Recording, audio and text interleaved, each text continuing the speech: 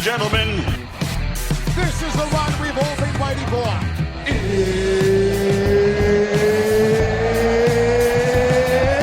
It's good night, freaking Irene! Let's get ready to rumble! Time! And knows how to knock people the fire truck out. A step from dead if you don't let go. So you're learning a lethal martial art, but the way it's packaged seems very nice. Like if you go into a school and you watch jiu-jitsu training, unless you see hard sparring, like hard rolling, you're like, wow, this is pretty cool.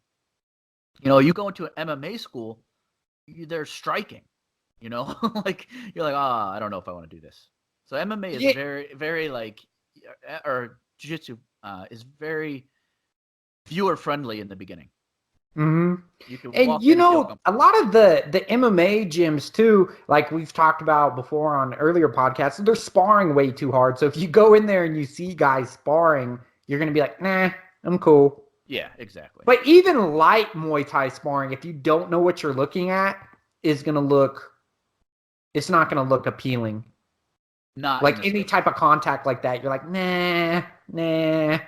Now, I believe that if you took sparring from here in Thailand back to the States, and you could implement that across the board, which is almost impossible, I guarantee you, I mean, you have your own Muay Thai program now. You can't get you've been here, you've been to Thailand, you've trained with these guys, you sparred with them, you know what cool sparring is, what fun sparring is. I don't believe you could replicate that in the United States because we're exposed to things like the UFC. Like that's what guys want. It's a constant re-education process. Like I'll have a group of students. I have like a handful of students that I could let them spar and like drive down the block, get a coffee, and drive back, and they would still be alive. We'll take a note. That's not what you do. Yeah, but I have another group of students that if I went and turned my back for even a second, I'd turn around and half of them would be dead. Yeah. Yeah, it's a weird thing, and that's like the transformation between a fan, but I think once you get past that point, you're to a martial artist where you see more value than you're learning how to fight. You kind of get that, but I still think even the sparring, like I've seen sparring at good gyms in the United States, Muay Thai sparring, it's nothing like it is here. Nope. It's not. It here is so playful. It's high energy. Everyone's having a good time. Even all your training partners are engaged. If they're not sparring at that time, they're engaged with your sparring. People are cheering. They're making fun of you. But it's all lighthearted. But you're training as hard as you can. Yeah. In the States, you're fighting. There is a few gyms that, because anytime I have a chance to read a book or read about how somebody's doing something, I always do. And, there's a few gyms that do sound like they're trying to do that, like that Thai style sparring, but in MMA. And one of them is TriStar. I know TriStar, Firas Sahabi's always preaching about, not sparring too hard. I think it's a good thing. And then, you also have like Combat Sports Academy that's out there in California. And I know their head coach, he's always preaching about not sparring hard, even like leading up to the fight. He says they don't have one hard sparring session throughout their entire camp.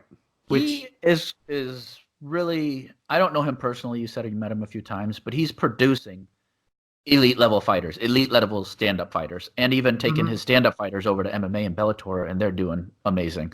So, I mean, he's got guys like Kevin Ross and those guys that are amazing fighters, and they've all been here. And I don't know if he has. I don't know that the head coach has been over here, but he has a lot of style that seems to be like very traditionally based. He has his own pad holding style and things like that, but it seems to be the way he's teaching.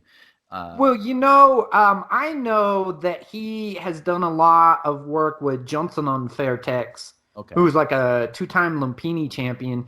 And really, Johnson on Fairtex, you got to give him a ton of credit, because I really think that Muay Thai on the West Coast wouldn't be what it is today if he wasn't here. Because he really brought a lot of that Thai style over here. And I think, yeah, there's a few guys that, learned a lot from him and kind of branched out and did their own thing. And I think he's one of them. And I mean, I could be totally off. I read articles all the time, and I find more and more that of these Thai people, these Thai champions that have actually gone to the States, or a gym that has trained trainers and sent them to the States. Now, I don't know where they go. It's not popular enough for me to go, oh yeah, like CSA, CSA, but we only know that stuff kind of through the MMA. I mean, you know it because you're exposed to it with the Muay Thai over there, but I knew CSA from Kevin Ross when he went into, where did he fight, Bellator or something, that kind of really, so that kind of triggered their more popularity. But I know that there's a lot of ex-champions and active trainers from Thailand that have been sent out into the States. But I couldn't find them. I don't know where they really are, because that network. That's one of my ultimate goals, is to get one of the high level Thai trainers over at my gym. But man, building up enough notoriety for Muay Thai to get them to come here, to be able to pay for it, is a whole separate story. Like Sanchai he didn't even do it at Sityodtong. He did it at another gym. So obviously there's good gyms, but Sanchai's done a few seminars in the States. I'm just saying, as far as the network, it's hard to put it together. I think if you're getting an exposure to it now on the West Coast, it's kind of like MMA is kind of like MMA in the States is kind of like Muay Thai is here. I can go to any city and find a world champion. In the States, you can go to any city pretty much and find a good MMA gym at this point. And even jiu-jitsu now. So it's kind of like, here I can get it all. There, Muay Thai is kind of sporadic, but I think in the Muay Thai community, like you're starting to get more and more into that. You're going to see like those veins of where it goes in the United States, where as somebody outside of that loop, you'll not know that it's there. Well, I think what we're saying is a little bit off topic, but we're kind of coming back around, because I think talking about how ONE FC does it, how UFC does it, you could kind of see that. I don't know that you could actually do what ONE FC does in the United States. You know what I mean? Yeah. Yeah, I don't know if you could, and it's really just a cultural thing. It's, the fans don't have the type of education about fighting as they do over in Asia. Yeah, no, I totally agree. Because, I mean, we're used to American football, which is very marketed. It's you can't go anywhere and not see somebody wearing a jersey or something like that. As much as you have to learn about American football, it's not hard to pick up. I'm not going to say it's dumb, but it's not hard to understand. Striking at elite levels, you really have to focus. You really have to know the inside of it to understand what's going on. Whereas I know that if this guy throws the ball all the way over there, they get some points. Yep. You know what I mean? Like it's kind of, you don't have to know much to watch a football game. You don't have to know much to watch a basketball game and enjoy it. Striking, you don't have to know much to watch MMA. Now, or boxing even, because boxing is very straightforward. Striking in a Muay Thai level is different. Kickboxing obviously has different rule set. So it's a little different learning curve, and people get put off by it being limited, I think. Like, they can only do that. Yeah, but that's the best thing that you like that they do in MMA. Yeah, but they can only do that. Yeah. It's the other thing too is when you see two MMA fighters that aren't that polished, it looks more like a brawl. And if you get somebody that's in a real technical battle, and it's interesting to us, we'll watch it go to decision. But if you get two MMA fighters that go to a brawl and it winds up in a knockout in the second round, they're going to prefer that fight every time. But I believe that ONE FC has something amazing going on over here. It's getting exposed to the States, and I think that it's almost like it's not higher brow. It's just kind of something that I don't know will ever get as much traction in the States, and they're happy with that. They don't care that it doesn't get that much traction in the States. They're very comfortable with taking the highest level of athlete, highest level of martial artist, and having them fight for one and giving them as many opportunities as they can. But as far as expanding, they're doing that. But the United States is kind of like, we're our own deal. We always have been. We do what we want. That's true. And I don't know if the UFC could be as successful as it is without taking the approach that it has. No, it took a very good marketable business approach, I think. Mm-hmm. Like, it made it a football. It made it I mean, obviously it's not WWE, but it made it as easy to consume as that stuff. Mm-hmm. And that's what we are. We're very we have low attention spans, which is it's a fact. I mean, we just do. I do. If I'm not going to watch golf because I can't. It's slow. So if I flipped on MMA and they just one strike back and forth, I would be like, this is boring. But we brought violence, and everyone loves violence. Like, most people with a lot of testosterone love violence. It's easy to consume. That's why we love football. So yeah, they made they did an amazing job. I mean, they sold for what, $4 billion? It's in a not a very old company. So they did an amazing job with that. I'm just saying, as from my point of view, martial arts, what one is doing that's better. You know what I mean? Mm-hmm. So, it kind of makes me wonder, like, do you think there could ever be a point where we could have something like that in the United States where they marketed, instead of, the trash talk and all the type of stuff that they do to get people interested in these fights, if they just marketed it a martial artist versus a martial artist, I wonder if it could ever get the same type of traction and be as big. Or no, you watch Joe Rogan, right? And and what is his biggest thing when they say, why don't we have kickboxing or why don't we have Muay Thai? And it goes back to Dana White, and I don't even know if this comment was ever said because I've only heard it through Joe Rogan a million times, is the International Kickboxing or whatever it was that used to be on like ESPN2 or whatever it was, in the middle of the night. Yeah, like the ISKA. Yeah. So you got two guys that are wearing pants kicking each other. Yeah. He said, well, that's what was stuck in your head. Now, I don't remember it. I've seen videos of it and things like that. And he's like, yeah, but that's what's stuck in everybody's head. That's why it won't succeed. I don't know. I think maybe it's more because we want everything to be able to happen. And I think the UFC is very successful because anything is possible. It started, I mean, I'm sure you've seen the original ones. It started no rules, no weight class, no nothing. These two guys are going to go fight.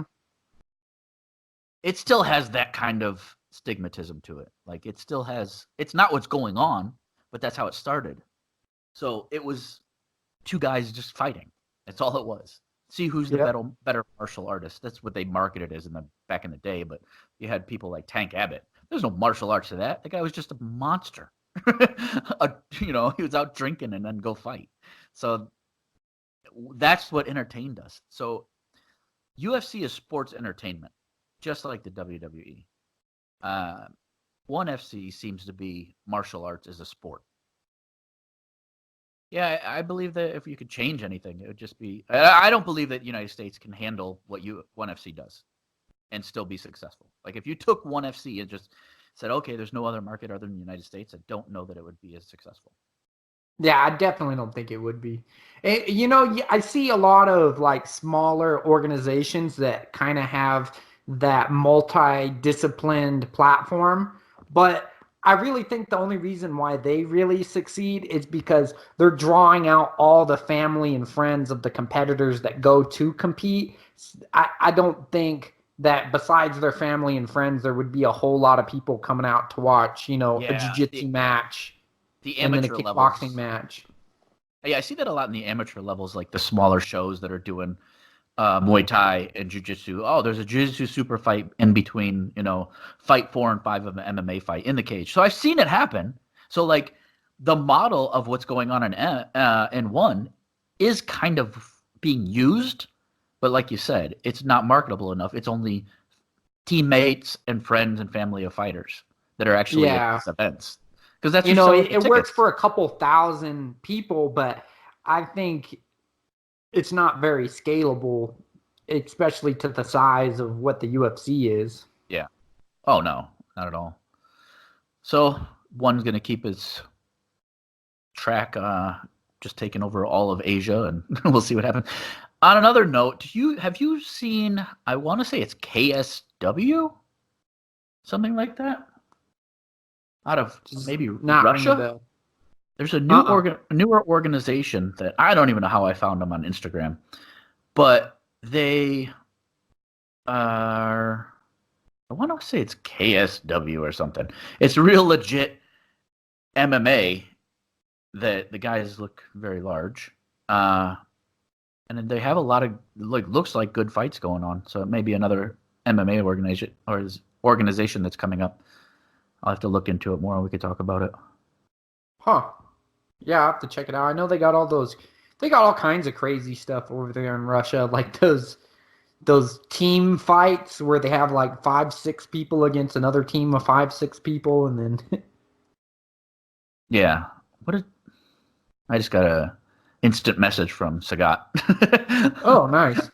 He sent me a bunch of pictures of his guys training. Oh, cool. I was like, what is he sending me? Like, oh, Sagat sending me a message, no big deal. Yeah.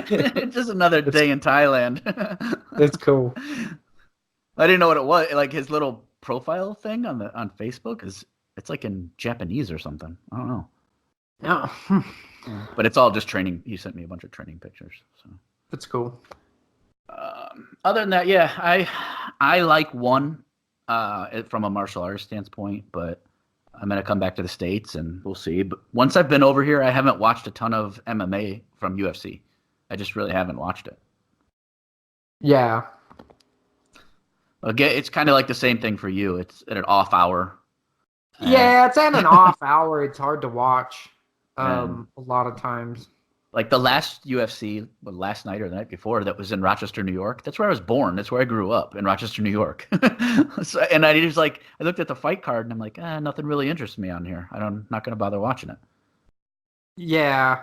That's one of the things that, like back in the day when the UFC would come on, I could tell you every single fighter that was on that card. Oh, yeah.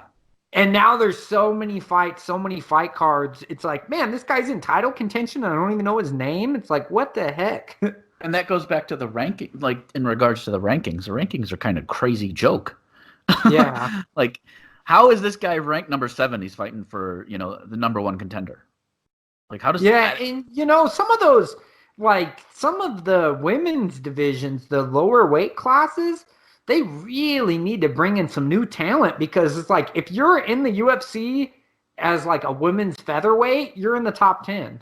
Yeah. It's like you need to bring in some more. Speaking of ONE FC, I think there is a lot of smaller Asian mixed martial artists that they could bring in. They could bring in judo gold medalists. They could bring in elite level strikers. And I think it would be great to pump up the smaller weight classes, especially in the women's divisions, because they're so thin right now. But I think that's what ONE is doing, is they're soaking up all the talent in Asia.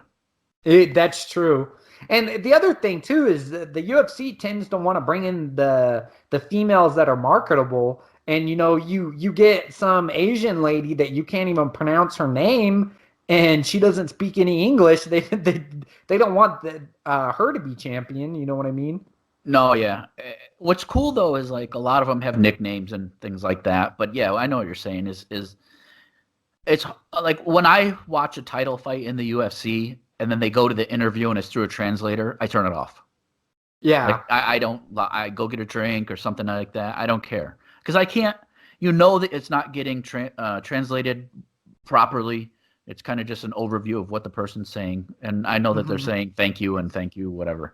So I understand. Yeah, it's gonna be hard to cross market unless they're fluent in English or something like that.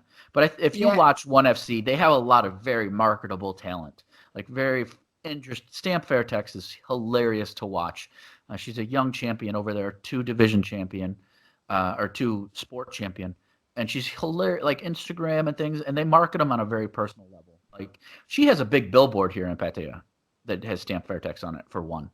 That's cool.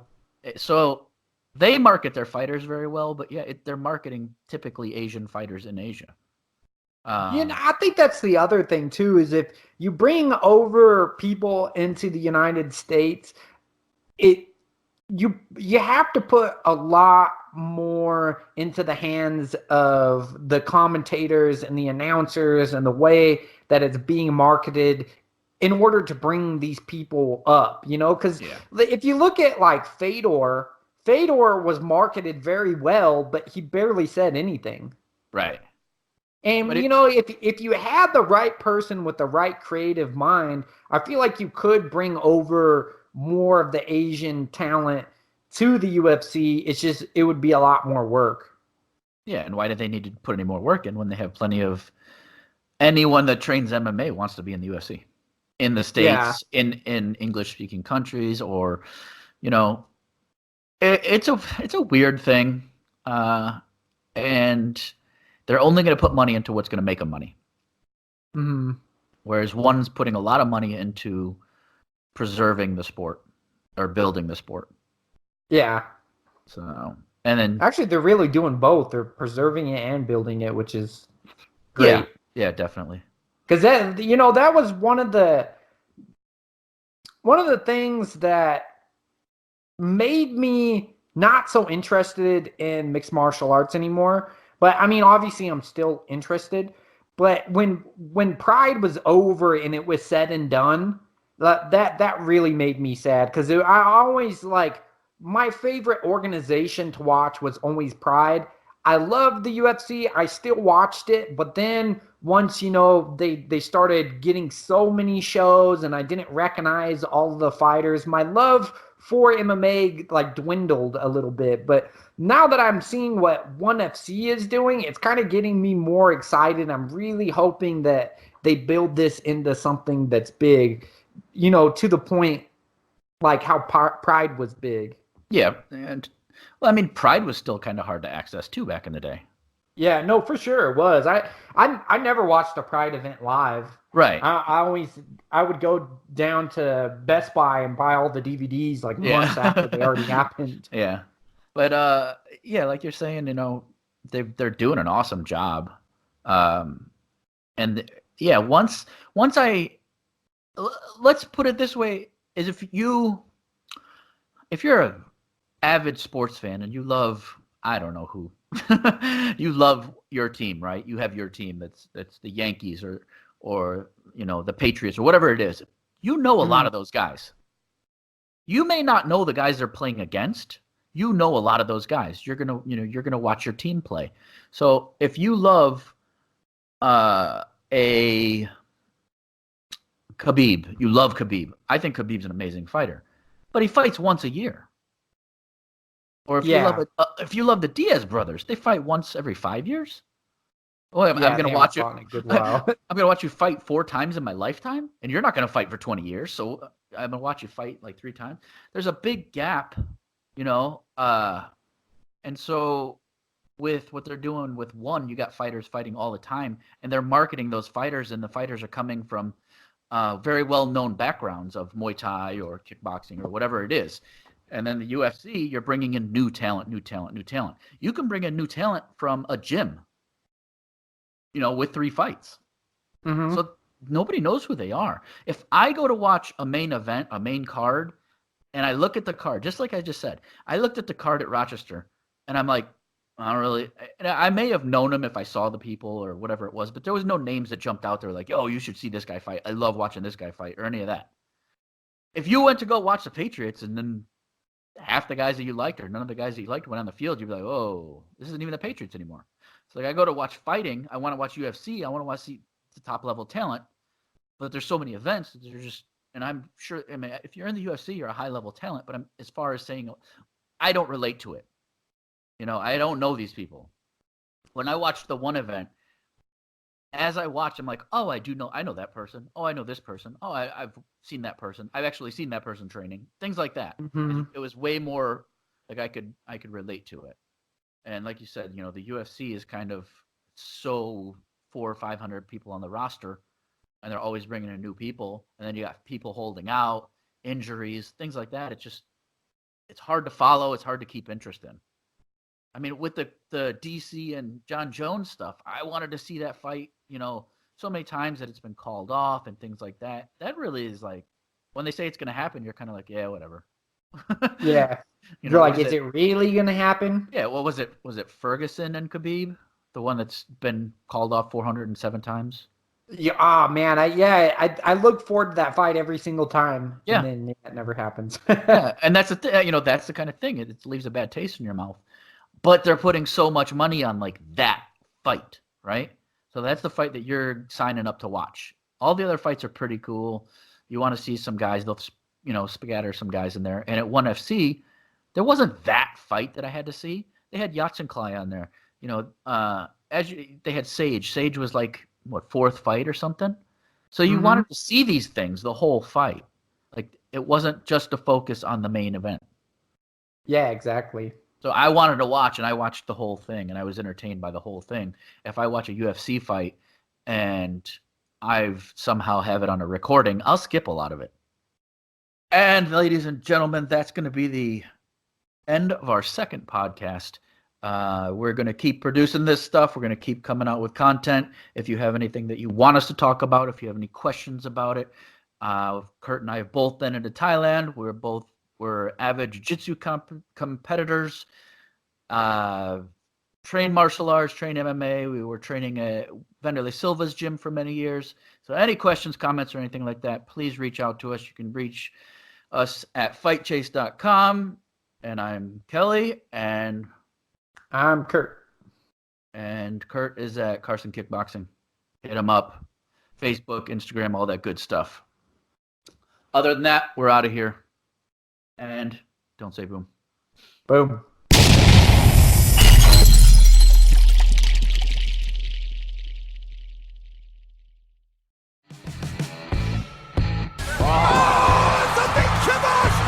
Lobs out moisture, seals in freshness. Good night, Irene. Double hammer fist, double hammer fist, double hammer fist.